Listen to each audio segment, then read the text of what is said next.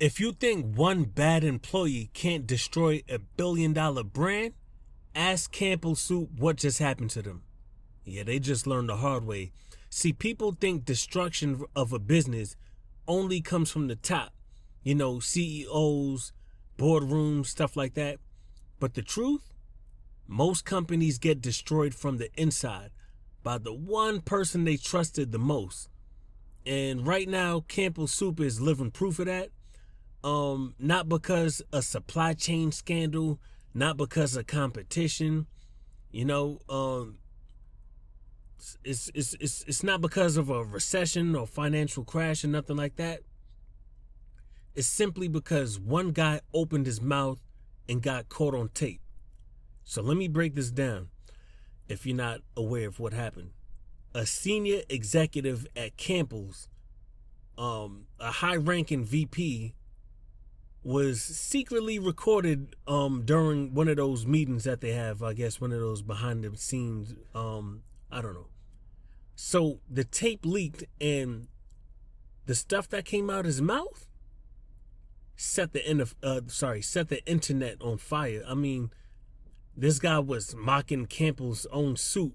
He called the products crap for poor people. I'm not gonna curse, but he said S for poor people. He joked about ingredients being bioengineered or 3D printed meat.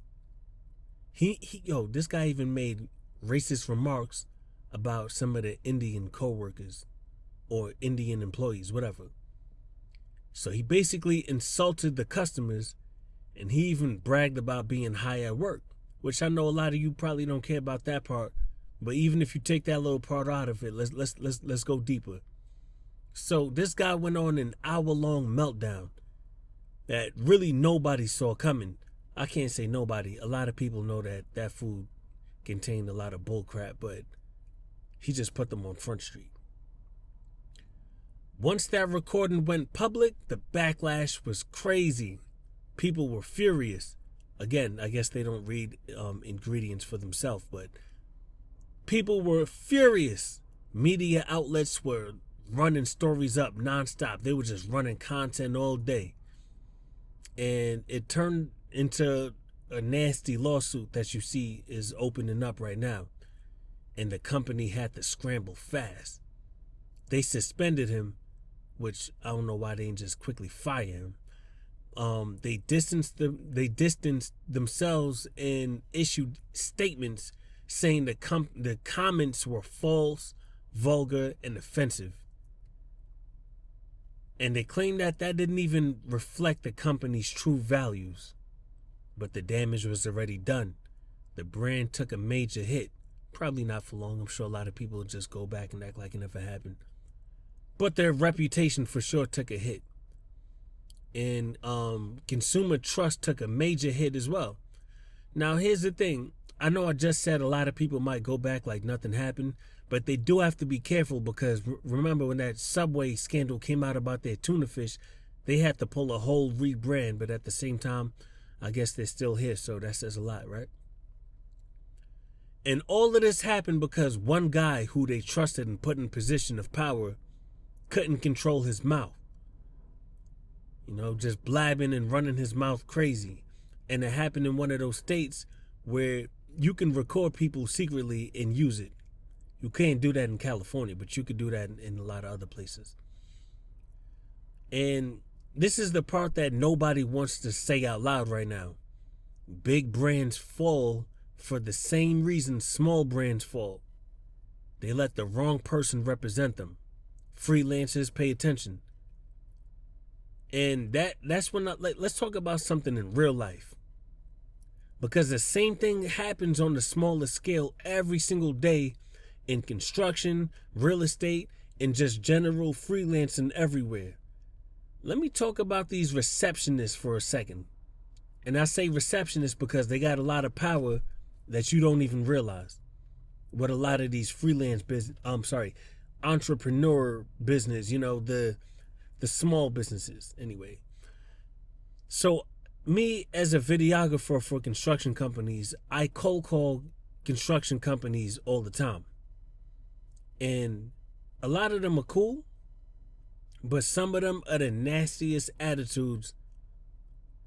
Well, I'm going to say not the overt nastiest attitudes, not the most obvious, but it's some of the most subtle nasty attitudes I've ever experienced from people who answer the phone.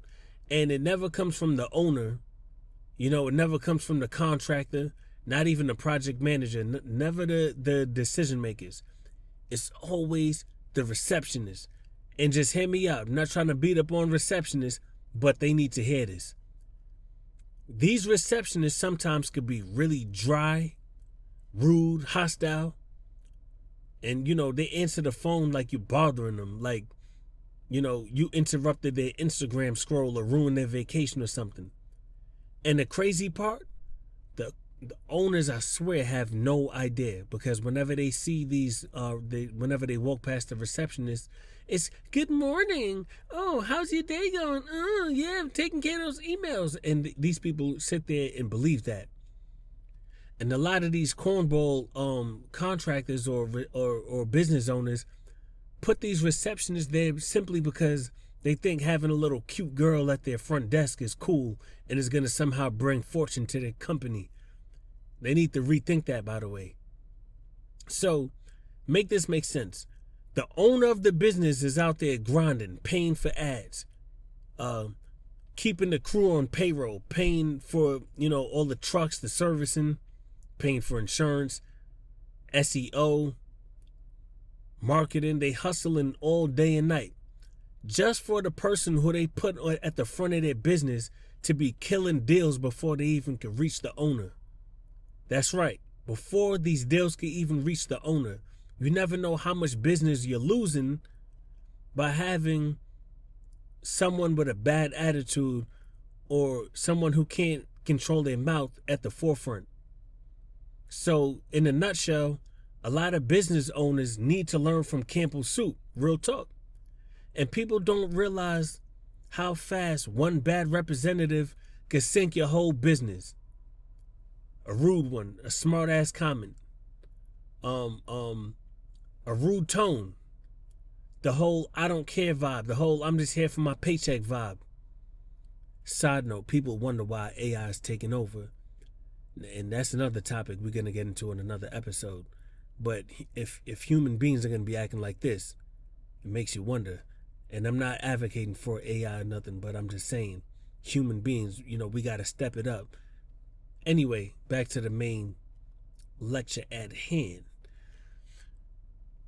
These owners don't hear it, they don't know it, they don't even monitor it.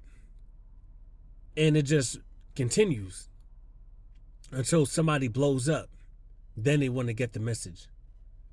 So their customers are calling to speak to the owner, and this is the attitude they get.